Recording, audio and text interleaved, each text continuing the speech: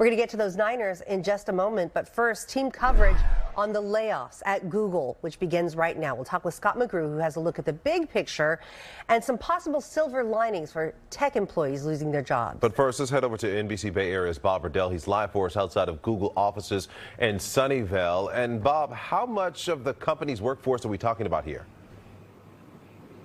Good morning to you, Marcus and Chris. Google is laying off 12,000 of its employees worldwide, which amounts to 6% of its workforce. Sundar Pichai, he's the CEO of Alphabet. That's the parent company of Google. He announced the layoffs in a blog posted this morning. He wrote, quote, "Over the past 2 years, we've seen periods of dramatic growth. To match and fuel that growth, we hired for a different economic reality than the one we face today." While he said the company was, quote, bound to go through different economic cycles, he said he felt, quote, confident about the huge opportunity in front of us, thanks to the strength of our mission, the value of our products and services, and our early investment in AI. Many tech companies like Google, Amazon, Microsoft, they hired rapidly due to the economic boom amid the pandemic. Now many of those same tech firms are laying off thousands of workers over concerns that the Fed's higher interest rates, the war in Ukraine, and the after effects of China's COVID-19 lockdowns could cause a global recession. Now, Pichai said workers in the U.S.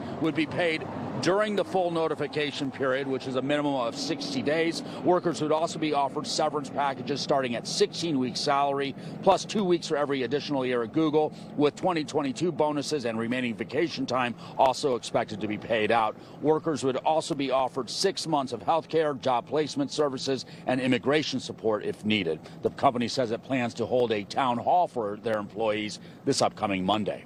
Reporting live here in Sunnyvale, Bob Redell, NBC Bay Area News. All right, Bob, thanks. All right, Scott McGrew joins us with our team coverage. Scott's lots of tech companies cutting those numbers. Bob touched on it, but you are taking a deeper dive. Taking a deeper dive and thinking about how the companies are really all that much bigger when you compare them to just a few years ago. Many companies announcing thousands of job cuts now added thousands upon thousands of employees just in the past 24 months. That's no solace, obviously, to somebody who just lost their job. But when we look at Silicon Valley as a whole, over the course of a few years, the numbers are growing, not shrinking. I mean, it's staggering how big some of these companies got. Now, there's a lot of numbers on your screen, but take a look. These numbers are their total employees and then their cuts. Google, properly called Alphabet, with today's announcement, Microsoft cutting 10,000, but look at that, has nearly 250,000 employees. Microsoft hired 77,000 people in the past 3 years. Meta, Facebook doubled its workforce in the last few years. Salesforce added 30,000 workers since the pandemic began. It's cutting 7,000. Amazon announced earlier this week it'll cut 18,000, but it's still going to be bigger after the layoffs than it was before COVID began. Just about every company admits they overhired. Here's Nick Mehta, CEO of Silicon Valley Gainsight, which has not announced layoffs, speaking to me on our Sunday morning show Press Here. This is a challenge every company is dealing with, and we have so much empathy for what people are going through in the job market and technology right now. If you're watching and you were displaced in a company, just our hearts go out to you. We're trying to help our customers find new jobs as well. At Gainsight, we've tried to manage things as carefully as we can, for example, slowing down hiring early and slowing down expenses so we can take care of the teammates we have. And obviously, none of us control the future, but a big thing for us is always trying to take care of the people inside the company.